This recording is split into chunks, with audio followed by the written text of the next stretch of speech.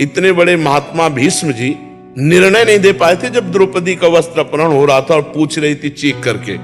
तो जब उपदेश कर रहे थे ना सरसैया में पड़े हुए, बोले बहुत धर्म का निर्णय कर रहे हो इस समय।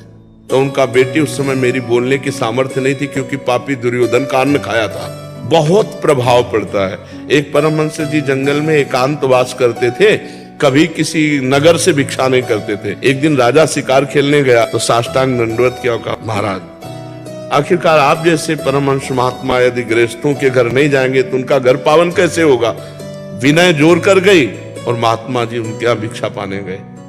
अब भजन में रुचि नहीं, बस राजा का चिंतन, और ये आए कि कब राजा आवे और निमंत्रण दे।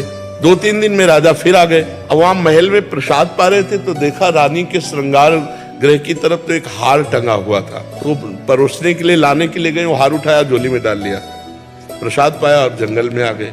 3-4 दिन हुए, झोली उठाई कंदमूल फल के लिए, देखा वजन, उसमें हाथ डाला, हार।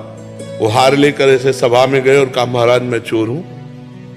एकांत ले गए तो बोले इसका कारण तू है। राज अन्न पाने से मेरी बुद्धि भ्रष्ट हुई, रजोगुण चढ़ा और मैंने चोरी की। तो अन्न का प्रभाव, संग का प्रभाव, परमाणु आसपास वातावरण का प्रभाव उसके ऊपर पड़ता है जो निरंतर भजन नहीं करता। जिस क्षण सुमिरन भजन छूटा कुसंग का प्रभाव पड़ जाएगा। तो ऐसे हम समाज में रहें, नाम जप न छूटने पावे और आहार शुद्ध रहे तो कोई नहीं बिगाड़ सकता है।